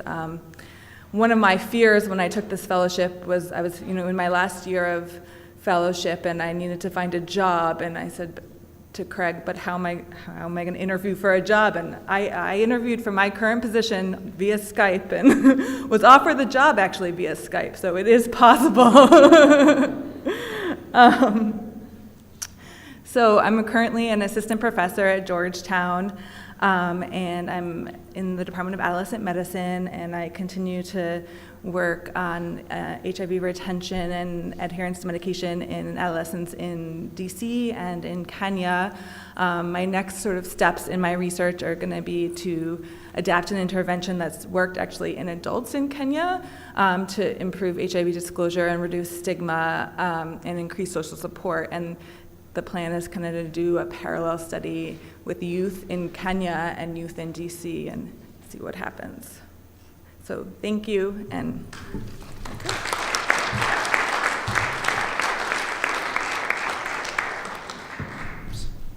And our 11th speaker is Mario Cornejo.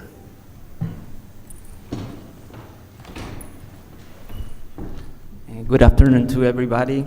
I'm really grateful and honored to be with you this time. I bet you are all of you tired, so I'm gonna double fast this last time. My name is Mario Cornejo. I am Peruvian neurologist. I work at the National Institute for Neurological Sciences in Lima, Peru, the capital city. Regarding my academic training, I got my MD degree at the University of San Agustin in Arequipa.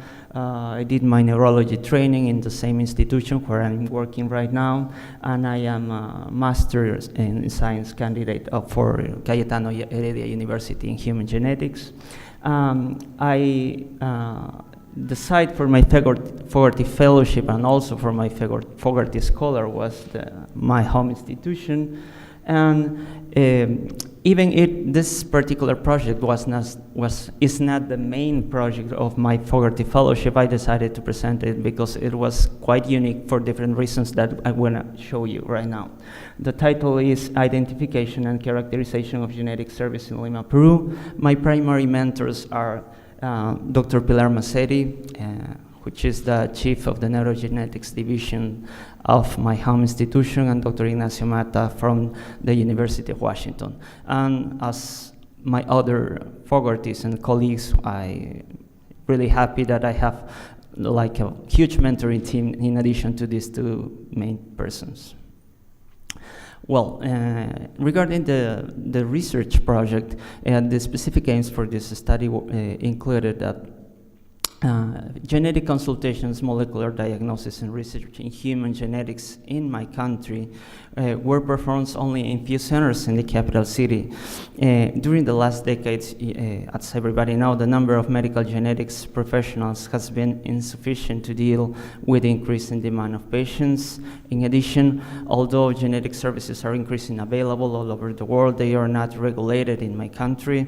And so we aim to identify and characterize the current institutions that offer any kind of genetic services in the country. And it was a huge effort because before we start this particular project, we create a kind of Peruvian working genetics group. And we did this study with the collaboration with a lot of institutions, of Peruvian institutions, and also from a Peruvian geneticist which performed her master's degree at McGill University. Well, regarding the methods, we perform interviews to experts in the field all over the country, residents, postgraduate programs, interviews to the to the Association of Medical Genetics in my country, and perform a systematic review through internet using the keywords you can see over there. We identified 117 centers only 62 of them met our inclusion criteria, and from then only 40 completed our questionnaire. And as you can see, from the 40 centers, almost 38 of them are in the capital city. We just find and completed the survey 2 centers, one from Arequipa and one from Peru in the south part of the country. And just to give like general aspects of the results, regarding the molecular diagnosis available in the country, there are still all limited to basic molecular techniques like PCR, FISH, karyotype. We have sequencing technology in few centers. They are not available for clinical and for molecular diagnosis, especially in the public centers. Regarding the personnel who works in these services, there are still limited personnel working in these centers.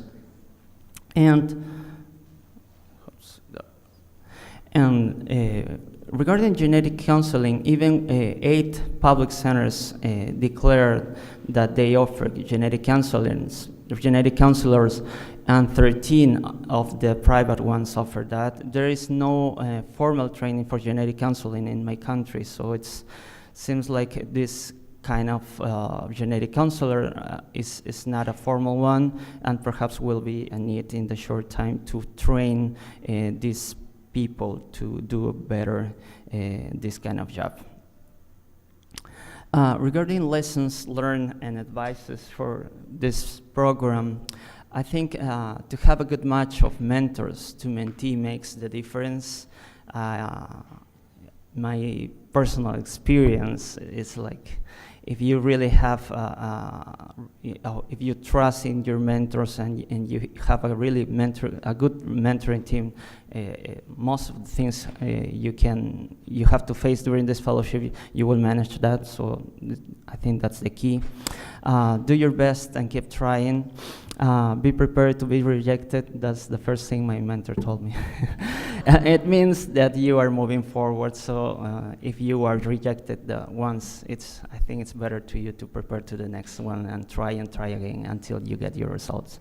There is more than one way to learn scientific writing, but as my previous colleague said, I think the only way is just writing and writing and writing.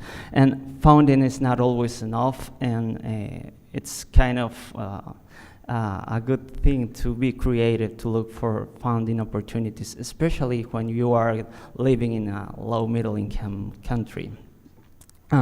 Dealing with IRBs, it's always a challenge, not only for EU and the US our universities, but also for us. And I think it's even more complicated in our countries, in developing countries, because sometimes they are not well trained and they are beginning with this issue, and so sometimes it's quite complex to make them understand some issues.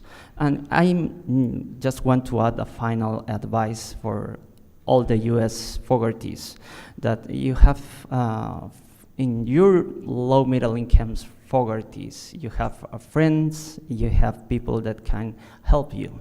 So more than once we were able to help the US Fogarties with like paperwork, or we are Peruvians and we say we have Peruvian skills to solve anything in our country. So you have to take advantage of that. And post-fellowship life, well, I am attending a neurogeneticist at my home institution in 2012, and because of my mentor was promoted and right now is the general director of my home institution, suddenly I became the chief of the neurogenetic division. So I'm still dealing with that. I'm junior faculty starting at Cayetano Heredia University, and I am also junior mentor for graduated geneticists and clinicians, especially residents in neurology in my country. Regarding research project, the main project of my Fogarty Fellowship was related to genetic variability of PD genes in the Amerindian population. We're almost finishing collecting and data analysis, and we hopefully will present that in the American Academy Society of Human Genetics this year. And other activities, we are part of a multidisciplinary program for healthcare for inherited diseases. And we have a kind of weird, I don't know how to say that, but there are, in Peru, we have a small valley in the south part of Lima where we have hundreds of families with a rare condition that is called Huntington's disease. And even if this is a rare condition in this particular town, it's a real and a huge problem. So we are trying to work on a specific program for clinical care for this population. And we are developing local capacities with Puno, which is a place surrounding the Titicaca Lake where there are a lot of native Amerindian population. So we are trying to do partnership with them and training on human genetics and genetics research. And also, as my other colleagues mentioned, so not everything is work, so I'm learning to dancing also. And believe it or not, this is my mentor and me in a Brazilian Congress. Thank you for your attention.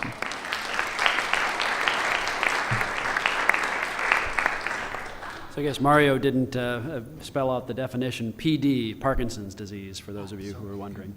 So our final speaker, Stephen Sumner.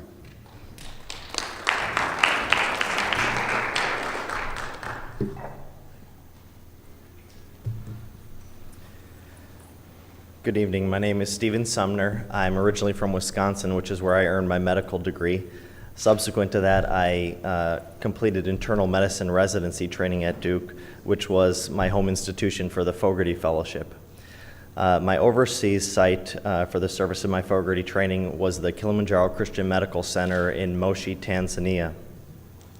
There I completed a cluster randomized controlled trial that was titled Effective Free Distribution of Safety Equipment on Usage Among Motorcycle Taxi Drivers. My primary mentor in the US was Nathan Thielman, and overseas in Tanzania I was advised by a number of different individuals, primarily from the orthopedics and medicine departments. As many of you may know, road traffic injury is a major yet under-recognized cause of death globally. Among men ages 15 to 49, who in many countries are the primary breadwinners in families, it's the number 2 cause of death globally. And the number of deaths due to road traffic injuries are rising rapidly, and they continue to rise. This makes sense. More and more people have access to motorized transport than ever before. One of the things we're learning from research is that a large growth in motorization is due to access to motorcycles, and consequently a large growth in the burden of injuries is due to motorcycle injury. In terms of what works to prevent motorcycle injury, I'd like to focus on something called conspicuity measures today. Conspicuity measures are a deceptively simple primary prevention tool. Conspicuity measures are simply factors which allow a motorcycle driver to be more conspicuous or more visible to other larger vehicles such as cars or trucks. The reason this is important is because this is how motorcycle injuries often happen. A larger vehicle will hit a motorcycle driver or pull out in front of them, causing a crash. From the best available evidence, wearing reflective or fluorescent clothing is actually associated with a 37% reduced risk of motorcycle crash. This is primary prevention of crash. Other factors that are important, yet slightly less so, are using daytime running headlights, keeping the headlight always on to be seen, and even wearing a white helmet compared to a dark one reduces your risk of crash. It's actually the law in Moshi, Tanzania for motorcycle taxi drivers, a particularly high-risk population, to wear a reflective fluorescent vest, but actual use is low. The objective of this study was simple. It was to test the effect of to test the impact of removing the cost barrier on utilization of reflective fluorescent vests. The reason why we focused on this is because when we talked to motorcycle taxi drivers, they told us that cost was their primary barrier. Reflective vests cost about $10 locally, and this is why they were not using them. There have been no randomized controlled trials in the area of motorcycle injury looking at provision of free equipment to date. So we conducted a cluster randomized controlled trial in Moshi, Tanzania. The intervention was simple. Those in the treatment arm got a free reflective vest. Those in the control arm did not. And follow-up was made over the course of 3 months. Multiple observations were made on each driver, and these observations were made anonymously. Drivers were not aware at this time of the purpose of the study so as to prevent any Hawthorne effect in which individuals would change their behavior because they knew they were being observed. At baseline, approximately 3% of individuals, both in the control and in the treatment arm, were using a reflective fluorescent vest. Over the course of 3 months of follow-up, the proportion of time that motorcycle taxi drivers wore a reflective fluorescent vest was 9.5% in the treatment arm and 2% in the control arm. In mixed effects logistic regression modeling, this amounts to an odds ratio of 5.5, which is statistically significant, but the absolute difference of 7.5%, as you can see, is quite modest. From this project, I learned a number of lessons, particularly related to the project itself. This study was designed to test a very focused strategy, which was removing the cost barrier. However, we've seen that a multifaceted approach is certainly needed. One of the interesting things anecdotally that resulted is at the close of the study, what we did is we went back to motorcycle taxi drivers that participated in the study. At that time, we revealed the purpose of the study. We told them the results and that we had been observing them and solicited their candid feedback on road traffic injury prevention. One of the things we noted in the trial is that helmet usage was incredibly high, and motorcycle taxi drivers told us that at that time police officers were enforcing a $20 per infraction fine for not wearing helmets. However, fines for not using a reflective vest were not being enforced. Unfortunately, in this project, we attempted a carrot strategy in injury prevention, but one of the things that I continue to see in this field is that often, unfortunately, a stick approach has to be used as well. This is true in every country of the world. Broader lessons that I've learned, I was incredibly fortunate in this experience to be able to participate in the project from conceptualization and design, drafting the IRB protocol, submitting it locally and internationally, hiring and managing the 5 staff members I worked with in Tanzania, budgeting for the study, ultimately analyzing the data and writing the manuscript. This experience was particularly valuable to me because knowing how to do a randomized controlled trial on a small scale, I feel so much more comfortable now being able to scale it up and do it on a large scale. In addition, the Fogarty is an excellent experience because it provides such an extended period of time for you to be overseas, and I continue to be impressed by the need to live in a place for a long period of time and develop relationships organically. Another reflection I had in the course of this trial, I was very focused up front on measurement, having a rigorously conducted randomized controlled trial. But towards the end, particularly when I saw the lack of effect, it turned my thoughts to understanding better what are the factors that create truly successful programs. So thinking about successful program implementation is becoming an increasing focus of what I'm learning about. Last thought is the importance of integration of research and practice. One of the things that we see outside of medicine, and particularly with community level interventions and in public health, is often the individuals doing research are not the same individuals who are doing practice. And this obviously leads to difficulty in facilitating successful interventions. This is important because the purpose of research is to be a rigorous feedback loop that always is continually telling you how you're doing on your practice. So one of the things I'm focusing on is learning more about how we can have increased harmonization between those two elements. After my fellowship, I took a position as an Epidemic Intelligence Service Officer. I'm assigned to the Division of Violence Prevention at the CDC. I continue to do injury research. I have a number of domestic work that I do, including field investigations related to child maltreatment, drug abuse, and youth violence. And internationally, my group does nationwide surveys in several countries of the world looking at violence against children. Thank you.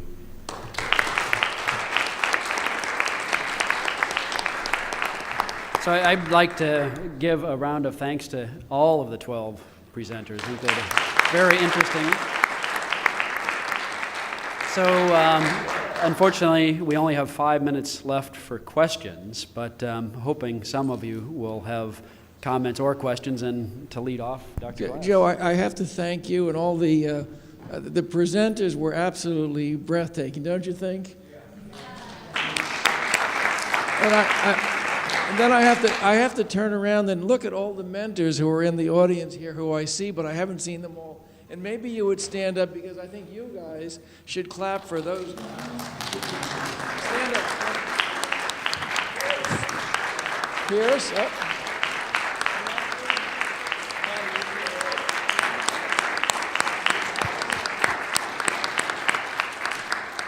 I have to say, this has been the most exciting series of presentations, and what you've all been able to accomplish, and how you've been able to take this experience of the fellowships that you've had, internalize it, and use it as a part of your next steps in your career. And I think this is exactly what the program was set up to do. Pierce was one of the first mentors to go around and keep an eye.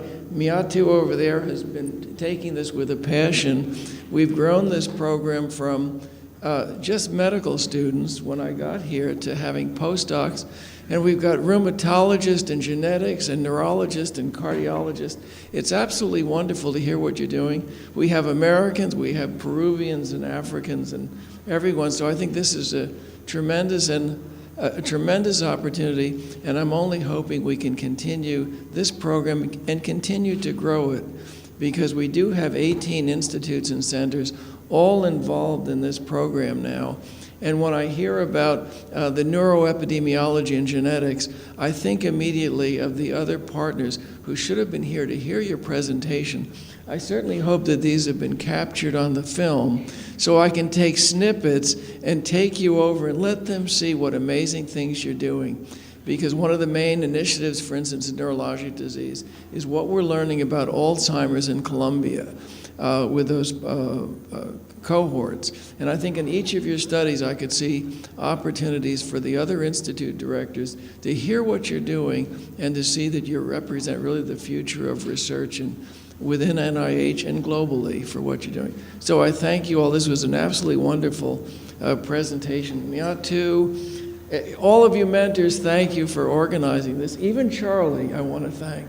I had so much grief from Charlie, but Charlie, you did good. Okay.